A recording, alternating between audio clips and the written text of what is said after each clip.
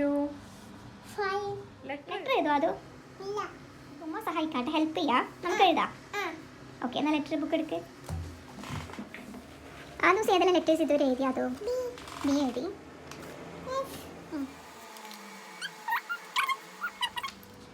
Okay. ഇനി M ആണ് എഴുതേണ്ടതല്ലേ? Yes. നമുക്ക് എം എഴുതാം.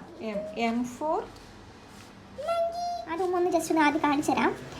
ഫസ്റ്റ് സ്റ്റാൻഡിങ് ലൈൻ, നേരെ straight standing line, then slanting line, വീണ്ടും ഒരു സ്ലാൻഡിങ് ലൈൻ, ഇങ്ങനെ ചെരിച്ചെഴുതുന്നതിനാണ് slanting line, then straight standing line. Okay, Down, up, down. മനസ്സിലായോ? ആദ്യം മുകളിൽ നിൽക്ക്. Up, down, up, down. down, up, down. Wow, good boy. Okay. ഡോട്ട്സിന് മുകളിൽ തന്നെ ഏതാണ്?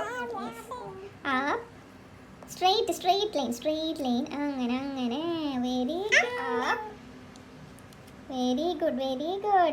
അത് നല്ല സ്ട്രെയിറ്റ് ലൈൻ ആയിട്ടുണ്ട്. അതോ നല്ല സ്ട്രെയിറ്റ് ലൈൻ ആയിട്ടുണ്ട്. ഇത് നല്ല സ്ട്രെയിറ്റ് ലൈൻ ആയിട്ടുണ്ട്. ഇവിടെ ഡൗൺ ആയി, ഇനി ഇതിന് മുകളിലേക്ക് അപ്പാക്ക്. അയ്യോ, ഇത് കണ്ടോ, ഇത് കുറച്ച് വളഞ്ഞു പോയി. ഇതും സ്ട്രെയിറ്റ് ഉണ്ട്, പക്ഷെ ഇത് വളഞ്ഞു പോയി. അടുത്തിട്ട് ശ്രദ്ധിക്കണം. ഓക്കെ, നല്ല സ്ട്രെയിറ്റ് ലൈൻ ആയി വരക്കുമോനെ.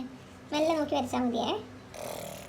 ഓക്കെ, വളഞ്ഞു പോയതൊക്കെ നമുക്ക് ഇറേസർ കൊണ്ട് മായ്ച്ചിട്ട് വീണ്ടും ഇതാട്ടോ. Up, down, up, down. Okay, അതുപോലെ സ്ട്രെയിറ്റ് ലൈൻ ഡോട്ട്സിന് മുകളിൽ നിന്ന് മെല്ലെ എഴുതിയാൽ മതി. അപ്പ്, ഡോട്ട്സിന് മുകളിൽ. യെസ്. വാവ്, കണ്ടോ ഇപ്പോൾ ഇത്ര നല്ല വൃത്തിയിലായി.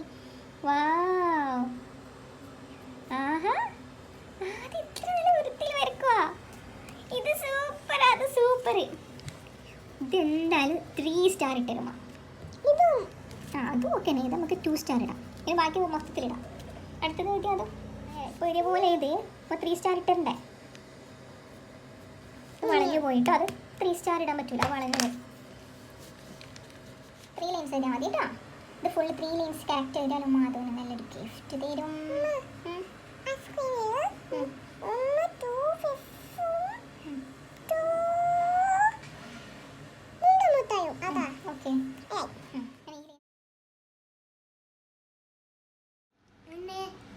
ഗിഫ്റ്റ് വേണ്ടേ?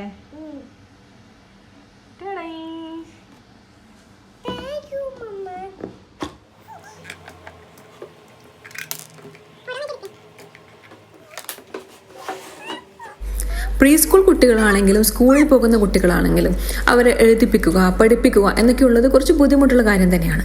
അതെങ്ങനെ എളുപ്പത്തിൽ ചെയ്യാം, അവർക്ക് വേണ്ട അപ്രീസിയേഷൻ നൽകി നമ്മളും ചില മാറ്റങ്ങൾ വരുത്തി കുട്ടികളെ കൊണ്ട് എങ്ങനെ കാര്യങ്ങൾ സാധിപ്പിച്ചെടുക്കാം എന്ന് കാണിച്ചിരുന്ന പ്രാക്ടിക്കൽ വീഡിയോ ആണ് ഇന്ന്. അതിനാദ്യം ചെയ്യേണ്ടത് അവരെ കൂടെ കൂടുക എന്നതാണ്. ഇത് വലിയ കുട്ടികളുടെ കാര്യമല്ല പറയുന്നത്, 3, 4, 5 വയസ്സുള്ള ചെറിയ കുട്ടികളുടെ കാര്യമാണ് ഈ പറയുന്നത്. അവർക്കൊരു ബുക്കും കൊടുത്ത് ഒരു പേനയും കൊടുത്ത് എഴുതുമെന്ന് പറഞ്ഞാൽ അവർ എഴുതത്തില്ല. അവർക്ക് വേണ്ടുന്ന എല്ലാവിധ സപ്പോർട്ടും കൊടുത്ത് കൂടെ തന്നെ ഉണ്ടാവണം. ഇവിടെ ചെറിയ കുട്ടികളാണെങ്കിലും എഴുതാൻ അറിയുന്ന, അതായത് പെന്ന് പിടിക്കാൻ അറിയുന്ന, വരക്കാൻ അറിയുന്ന കുട്ടികളെ പറ്റിയാണ് ഈ പറയുന്നത്. 3 വയസ്സായാൽ എല്ലാ കുട്ടികൾക്കും എഴുതാനും പെന്ന് നേരെ പിടിക്കാനും അറിയണമെന്നില്ല. അവരെ പ്രാക്ടീസ് ചെയ്താൽ മാത്രമേ അതിന് സാധിക്കത്തുള്ളൂ.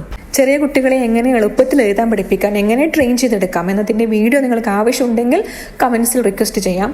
മിനിമം 3 വയസ്സെങ്കിലും കഴിഞ്ഞ കുട്ടികളെ നമുക്ക് എളുപ്പത്തിൽ എഴുതാൻ പഠിപ്പിക്കാവുന്നതാണ്. എൻ്റെ കുട്ടിയോട് ഡയറക്റ്റ് ആയിട്ട് ഇതുപോലെ ലെറ്റർ എഴുതിയാലോ എന്ന് ചോദിച്ചാൽ ചിലപ്പോൾ അവന് മൂടുണ്ടാവണമെന്നില്ല. അതേ മറിച്ച് വാ നമുക്ക് ലെറ്റർ എഴുതാം, ഉമ്മാൻ കൂടി സഹായിക്കാട്ടോ എന്നൊക്കെ പറഞ്ഞൊരു മെൻ്റൽ സപ്പോർട്ട് കൊടുക്കുകയാണെങ്കിൽ അവൻ എഴുതാൻ കുറച്ചുകൂടി ചാൻസ് കൂടുതലാണ്. ചില സമയത്ത് ഇതും വർക്കാവണമെന്നില്ല. അപ്പോൾ നമുക്ക് ഓഫറുകൾ നൽകാം.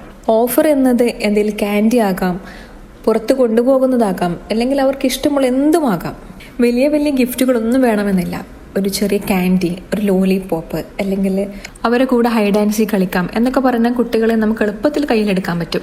ഇനി അവരെല്ലാം റെഡിയായി എഴുതാൻ തുടങ്ങിയെന്നിരിക്കട്ടെ. കുട്ടികൾക്ക് കണ്ടിന്യൂസ് ആയിട്ട് കുറേ നേരം എഴുതാൻ പറ്റില്ല. അവിടെ എൻകറേജ്മെൻറ്റ് എന്നത് വളരെ പ്രധാനപ്പെട്ട കാര്യമാണ്. നമ്മൾ കോൺസ്റ്റൻ്റ് ആയിട്ട് വളരെ എൻകറേജ് ചെയ്തുകൊണ്ടേയിരിക്കണം. എൻകറേജ്മെൻറ്റ്, മോട്ടിവേഷൻ, അപ്രീസിയേഷൻ, ഈ 3 കാര്യങ്ങൾ കുട്ടികളുടെ ആക്ടിവിറ്റിയിൽ നമ്മൾ കോൺസ്റ്റൻ്റ് ആയിട്ട് കൊടുക്കുകയാണെങ്കിൽ കുട്ടികൾ ചെയ്യുന്ന പ്രവൃത്തിയുടെ ഡ്യൂറേഷൻ, അവർ എത്ര സമയത്തിന് വേണ്ടി ചെലവഴിക്കുന്നു, അതുകൂടാതെ അതിൻ്റെ ക്വാളിറ്റിയും കൂടുന്നതായിട്ട് കാണാം. ഇതിനൊക്കെ പകരം നമ്മൾ ദേഷ്യത്തോടെയാണ് സംസാരിക്കുന്നതെങ്കിൽ നീ എന്താണ് ഈ എഴുതി വെച്ചിരിക്കുന്നത്, നീ എഴുതിയത് ഒട്ടും ശരിയായില്ല, നിനക്കൊന്നും അറിയത്തില്ല എന്നിങ്ങനെ നെഗറ്റീവ് വേർഡ്സ് ആണ് അവരോട് പറയുന്നതെങ്കിൽ അവർക്കിതൊരു വലിയൊരു ബേർഡൻ ആയിട്ട് തോന്നും. അതുപോലെ നിങ്ങൾ അടുത്ത പ്രാവശ്യം എഴുതാൻ വിളിക്കുവാണെങ്കിൽ അവർ ഓഫർ കൊടുക്കുകയാണെങ്കിൽ തന്നെയും വരാൻ ചാൻസ് കുറവാണ്. കുട്ടികൾക്ക് പ്രത്യേകിച്ച് അവർ ചെയ്യുന്ന ഒരു ആക്ടിവിറ്റിയിൽ അവർക്ക് എൻകറേജ്മെൻറ്റ് കിട്ടുന്നുണ്ട്, മോട്ടിവേഷൻ കിട്ടുന്നുണ്ടെങ്കിൽ, ഒരു ഹാപ്പിനെസ്, ഒരു ഇൻട്രസ്റ്റ് അവർക്കൊരു പ്രവൃത്തിയിൽ കിട്ടുന്നുണ്ടെങ്കിൽ അവരത് കണ്ടിന്യൂസ് ആയിട്ട് ചെയ്യും. അല്ലെങ്കിൽ അടുത്ത പ്രാവശ്യം ഒരിക്കലും ചെയ്ത് കഴിഞ്ഞാൽ അടുത്ത പ്രാവശ്യം അവർക്ക് ചെയ്യാൻ തോന്നും. ഇനി അടുത്തതായി ശ്രദ്ധിക്കേണ്ട ഒരു കാര്യമാണ്, അവർ എഴുതുന്നതിൽ തെറ്റ് പറ്റിയാൽ അവരെ ശകാരിക്കാൻ പാടില്ല, നെഗറ്റീവ്ലി അപ്രോച്ച് ചെയ്യാനും പാടില്ല. അതായത് നീ എഴുതിയത് ശരിയായില്ല എന്ന് പറയുന്നതിന് പകരം ഇത് നേരെ എഴുതുവാണെങ്കിൽ കുറച്ചുകൂടി നന്നായേനെ എന്ന് പറയുക. അവർക്കതൊരു പ്രചോദനമായിരിക്കും. ഇനി തെറ്റ് പറ്റിയാലും എൻ്റെ കൂടെ എൻ്റെ അമ്മ സപ്പോർട്ട് ചെയ്യാനുണ്ട് എന്നവർക്ക് തോന്നും. ഇനി അവർ ഒന്നിനും കൂടുതലായിട്ട് ഫോഴ്സ് ചെയ്യിക്കരുത്. ചെറിയ കുട്ടികളാവുമ്പോൾ പ്രത്യേകിച്ച് അവർക്ക് കുറേയൊന്നും എഴുതാൻ പറ്റണമെന്നില്ല. അവർക്ക് എത്രയാണോ എഴുതാൻ സാധിക്കുന്നത് അത്ര അവർ എഴുതട്ടെ. അല്ലാതെ നമ്മൾ ഉദ്ദേശിക്കുന്ന അത്രയും അല്ലെങ്കിൽ ഫുൾ പേജ് എഴുതണം എന്ന് ശാഠ്യം പിടിക്കാൻ പാടില്ല. അതവർക്ക് എഴുത്തിനോട് മടുപ്പ് തോന്നിക്കും. ഇഷ്ടമില്ലാതെ കുറേ എഴുതുന്നതിനേക്കാളും നല്ലത് ഇഷ്ടത്തോടെ കുറച്ച് എഴുതുന്നതാണ്. ഇനി അവരാവുന്നത്ര കംപ്ലീറ്റ് ചെയ്തെന്നിരിക്കട്ടെ, അവരെ അപ്രീഷിയേറ്റ് ചെയ്യാൻ ഒരിക്കലും മറക്കരുത്. കൂടാതെ നിങ്ങൾ ഓഫർ എന്തെങ്കിലും വാഗ്ദാനം ചെയ്തിട്ടുണ്ടെങ്കിൽ അത് തീർച്ചയായും നിർബന്ധമായിട്ടും അത് പാലിച്ചിരിക്കുകയും വേണം. അല്ലാത്ത പക്ഷം നിങ്ങളോടുള്ള വിശ്വാസമാണ് അവിടെ നഷ്ടപ്പെടുക. ഇനി നിങ്ങൾ ചെറിയ കുട്ടികളെ എഴുതാനിരുത്തുമ്പോൾ ദേഷ്യവും വാശിയും ഒക്കെ മാറ്റിവെച്ച് ഇതുപോലെ ഒന്ന് ട്രൈ ചെയ്ത് നോക്കൂ. നിങ്ങളുടെ കുട്ടികളിലുണ്ടായ മാറ്റം നിങ്ങൾ തീർച്ചയായും കമൻസിൽ അറിയിക്കുക. നിങ്ങളുടെ കുട്ടികളുമായി ബന്ധപ്പെട്ടോ നിങ്ങളുടെ പേഴ്സണൽ ലൈഫുമായി ബന്ധപ്പെട്ടോ നിങ്ങൾക്ക് എന്തെങ്കിലും പ്രശ്നങ്ങൾ നേരിടുന്നുണ്ടെങ്കിൽ മനസ്സിനെ അലട്ടുന്ന ആ പ്രശ്നം തുറന്നു പറയണം, സമാധാനം വേണം, അതിനൊരു പ്രശ്ന പരിഹാരം കണ്ടെത്തണം എന്നാഗ്രഹിക്കുന്നുണ്ടെങ്കിൽ ആസ് എ കൗൺസിലർ നിങ്ങൾക്ക് എന്നെ കോൺടാക്റ്റ് ചെയ്യാവുന്നതാണ്. ഒട്ടും പ്രയാസപ്പെടാതെ മടിച്ചിരിക്കാതെ നിങ്ങളുടെ പ്രൈവസി മാനിച്ചുകൊണ്ട് തന്നെ നമുക്കതിനൊരു പരിഹാരം കണ്ടെത്താം. ഡിസ്ക്രിപ്ഷൻ ബോക്സിൽ Instagram ID and email ID കൊടുത്തിട്ടുണ്ട്. നിങ്ങൾക്ക് നിങ്ങളുടെ പ്രോബ്ലംസ് കമൻസ് വഴിയോ അതല്ല കൂടുതൽ പേഴ്സണൽ ആണെങ്കിൽ ഇൻസ്റ്റഗ്രാം ഓർ ഇമെയിൽ ത്രൂവോ കണക്ട് ചെയ്യാവുന്നതാണ്.